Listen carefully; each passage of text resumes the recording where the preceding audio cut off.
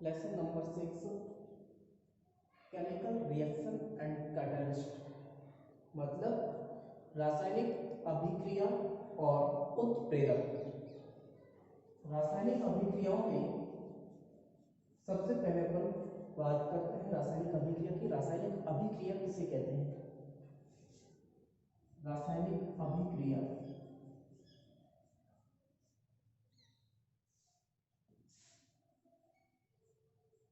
रासायनिक अभिक्रिया रासायनिक अभिक्रिया को हम किस प्रकार से परिभाषित करेंगे? हम कहें कि जब दो या दो से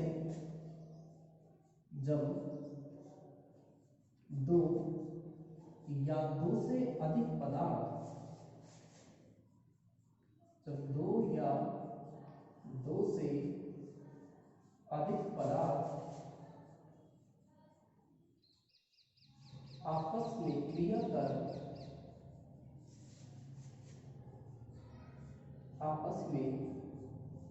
कर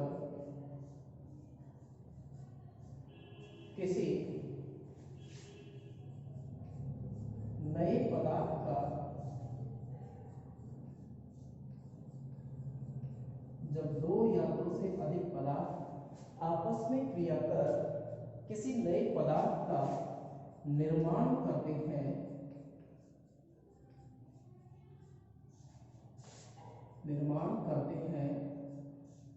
तो उसे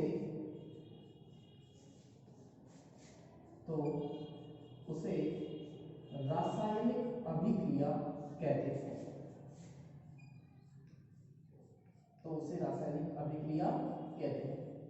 या हम कहीं रासायनिक अभिक्रिया को दूसरे प्रकार से परिभाषित करें तो जैसे कि जब किसी पदार्थ में रासायनिक परिवर्तन होता है तो उसे क्या कहते हैं? रासायनिक अभिक्रिया, क्योंकि रासायनिक परिवर्तन में नए पदार्थ का निर्माण होता है। फॉर एग्जाम्पल, उदाहरण ले इसके, जैसे कोयले का दहन, कोयले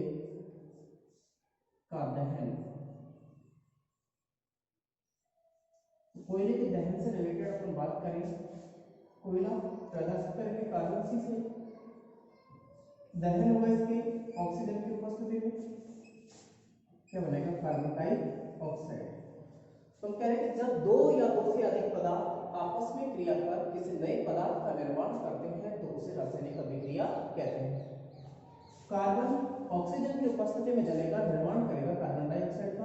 जैसे हम बात करें मैग्नीशियम रिबिन का दहन, तो मैग्नीशियम ऑक्सीजन की उपस्थिति में जलेगा, निर्माण करेगा मैग्नीशियम ऑक्साइड MgO। यहां अपन बैलेंस करें तो अभिकारक किसे कहते हैं? वे पदार्थ जो किसी रासायनिक अभिक्रिया में भाग लेते हैं, अभिकारक कहते हैं। तो यहाँ मैग्नीशियम और ऑक्सीजन दोनों क्या है? अभिकारक। और ये दोनों आपस में क्रिया कर नया पदार्थ बना रहे मैग्नीशियम ऑक्साइड MgO। तो यहाँ ऑक्सीजन को कितने से मल्टीप्लाई किया? 2 से। ऑक्सीजन यहाँ कितनी है? 2। यहाँ ऑक्सीजन को 2 करने के लिए पूरे पद को मल्टीप्लाई किया 2 से। इधर मैग्नीशियम 2 हो जाएगा, तो यहाँ भी मैग्नीशियम को कितने से गुणा करेंगे? 2 से। 2Mg + O2 क्या हो गया? 2MgO। तो रासायनिक अभिक्रिया किसे कहेंगे? जब दो या दो से अधिक पदार्थ आपस में क्रिया कर किसी नए पदार्थ का निर्माण करते हैं तो उसे रासायनिक अभिक्रिया कहते हैं। जैसे कोयले का दहन, मैग्नीशियम रिबिन का दहन, ये जिन पदार्थों में रासायनिक परिवर्तन होगा उन्हें हम क्या कहेंगे? रासायनिक अभिक्रिया। तो हमारे दैनिक जीवन में बहुत सारी रासायनिक घटनाएं प्रतिदिन घटित होती हैं जिसमें पदार्थों का दूसरे रूपों में परिवर्तन होता है, दूसरे रूपों में परिवर्तन होता रहता है। जैसे दूध का दही में परिवर्तित होना, कांच का टूटना, मोमबत्ती का जलना। तो ये दैनिक घटनाएं हमारे जीवन में होती रहती हैं। इन्हीं परिवर्तनों को भौतिक परिवर्तन और रासायनिक परिवर्तनों के नाम से जाना जाता है। तो इसके बाद यानी कि रासायनिक अभिक्रिया किसे कहा? जब दो या दो से अधिक पदार्थ आपस में क्रिया कर किसी नए पदार्थ का निर्माण करते हैं तो उसे रासायनिक अभिक्रिया कहते हैं। अब हम बात करते हैं पदार्थों में होने वाले परिवर्तनों के। तो पदार्थों में होने वाले जो परिवर्तन है वो 2 प्रकार के होते हैं।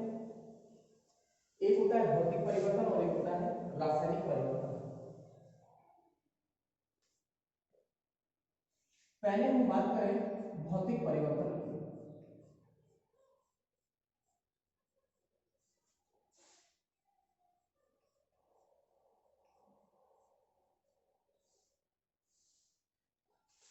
भौतिक परिवर्तन किसे कहेंगे?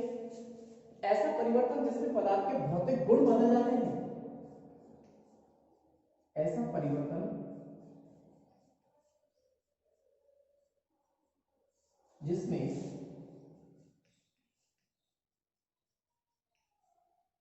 पदार्थों के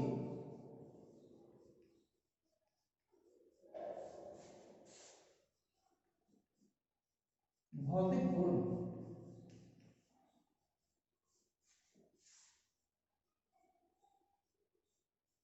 बदल जाते हैं,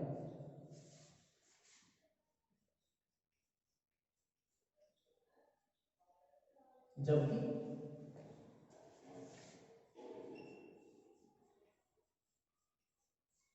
उनके रासायनिक गुण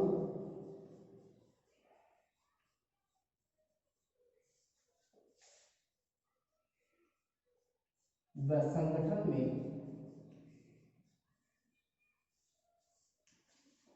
रासायनिक गुण व संगठन में किसी भी प्रकार का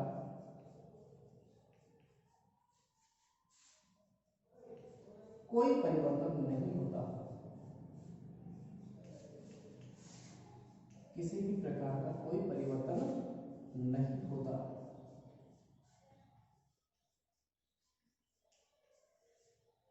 भौतिक परिवर्तन कहलाता है।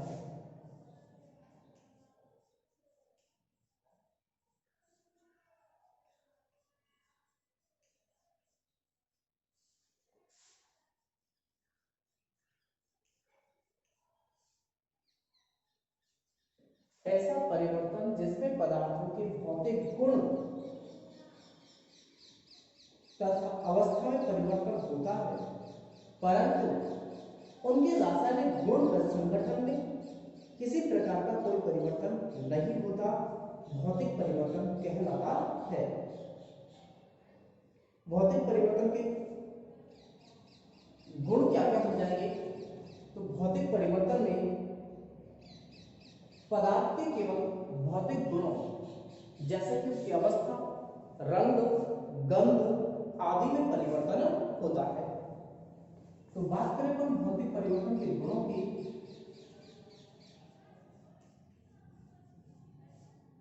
भौतिक परिवर्तन के गुण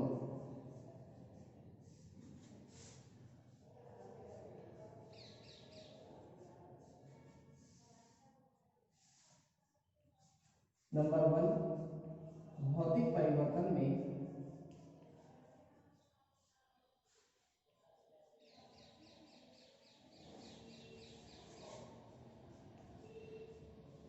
पदार्थों के केवल भौतिक गुणों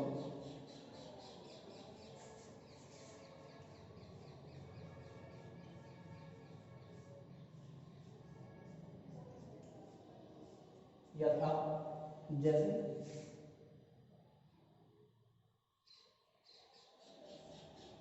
अवस्था,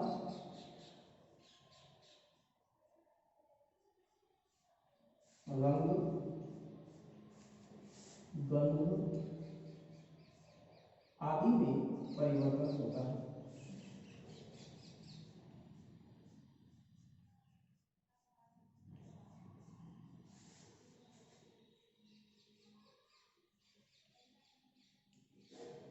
भौतिक परिवर्तन में पदार्थों के केवल भौतिक गुण यथा अवस्था, रंग, गंध आदि में परिवर्तन होता है।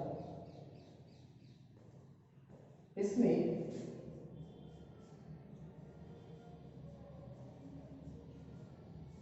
परिवर्तन का कारण हटाने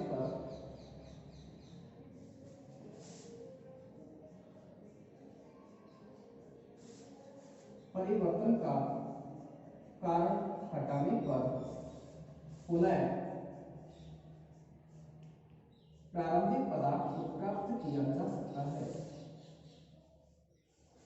पुनः प्रारंभिक पदार्थ को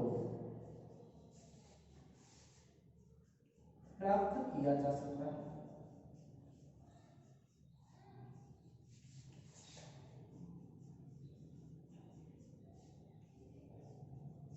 तीसरा, यह परिवर्तन अस्थायी होता है।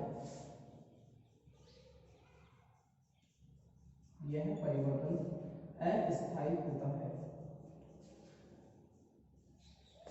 चौथा, इसमें नए पदार्थ का निर्माण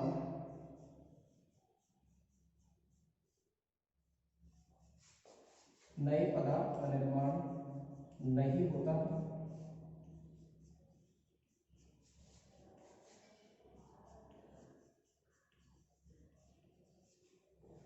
भौतिक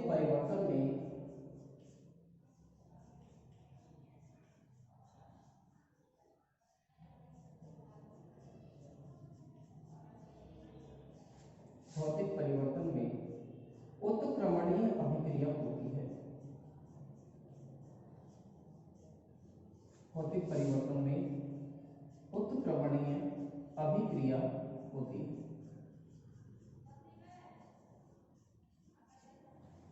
तो भौतिक परिवर्तन किसे कहेंगे? ऐसा परिवर्तन जिसमें पदार्थों के भौतिक गुणों तथा अवस्था,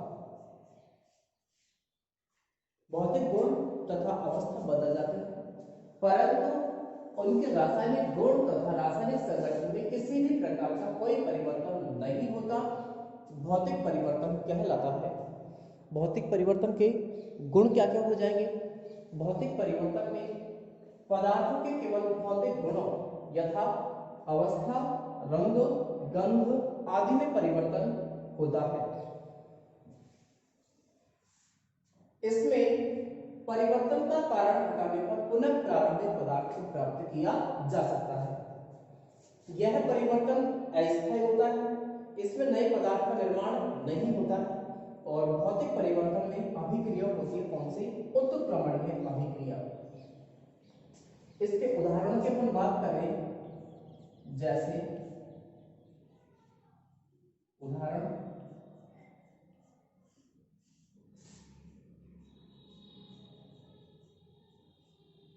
नंबर 1,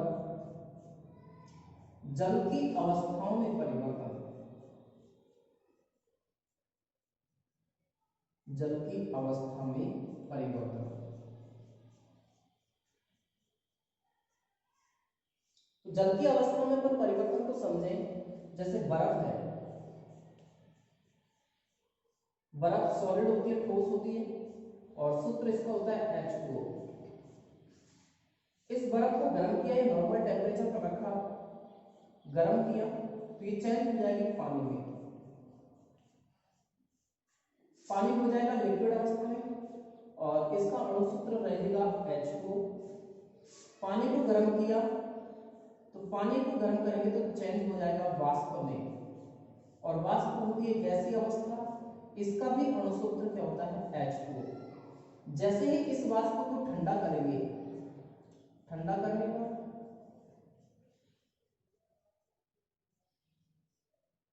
ठंडा करने पर ये वाष्प ठंडी होकर किस में चेंज हो जाएगी? पानी में। और पानी को ठंडा करेंगे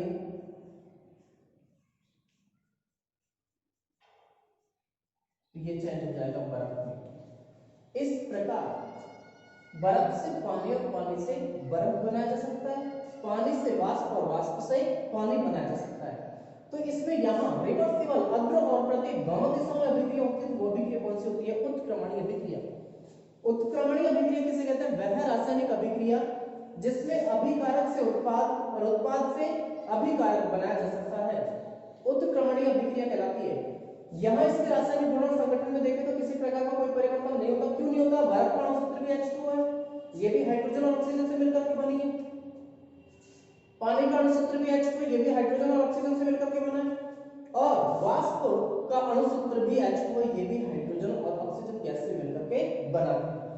तो यहाँ ऐसा परिवर्तन जिसमें पदार्थों की तो केवल इसकी फिजिकल स्टेट जो है वो चेंज हो रही है। पहले सॉलिड में है, फिर लिक्विड में, फिर गैसीय अवस्था में, फिर गैस से वापस पानी में चेंज किया जा सकता है, लिक्विड में चेंज किया जा सकता है, और लिक्विड को वापस सॉलिड में चेंज किया जा सकता है। तो यहां हम कहें परिवर्तन का कारण हटाने पर, जैसे अपन इसको गर्म नहीं करें, पहले गर्म किया, गर्म करने पे इसको हटा दें, वापस इसको ठंडा करें, तो किस में चेंज हो जाएगा, बर्फ में। यानी कि परिवर्तन का कारण हटाने पर पुनः प्रारंभिक पदार्थ को प्राप्त किया जा सकता है।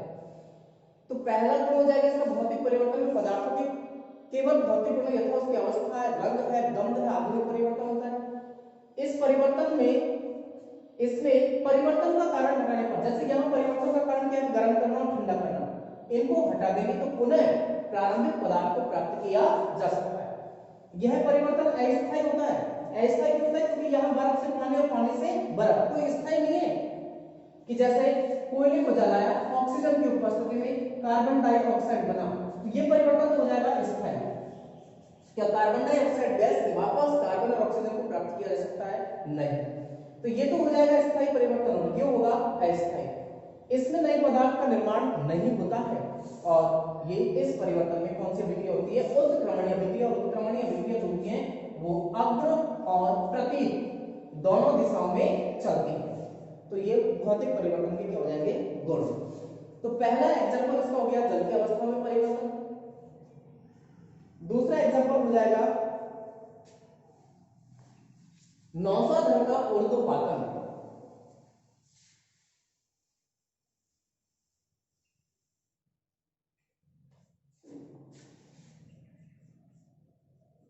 नौसाधन अमोनियम क्लोराइड NH4Cl का ऊर्ध्वपातन।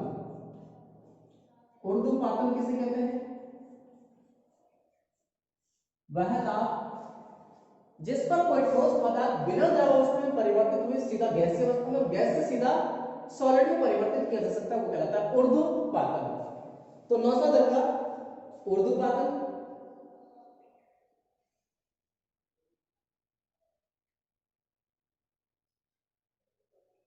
लोहे का चुंबक बनना,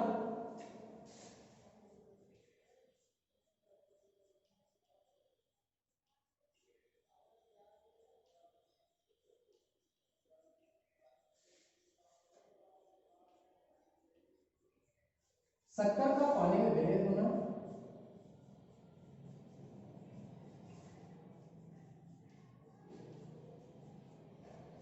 शक्कर का पानी में विलय होना,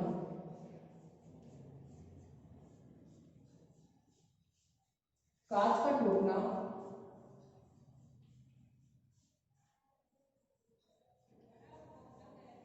कांच का टूटना, कागज का फटना,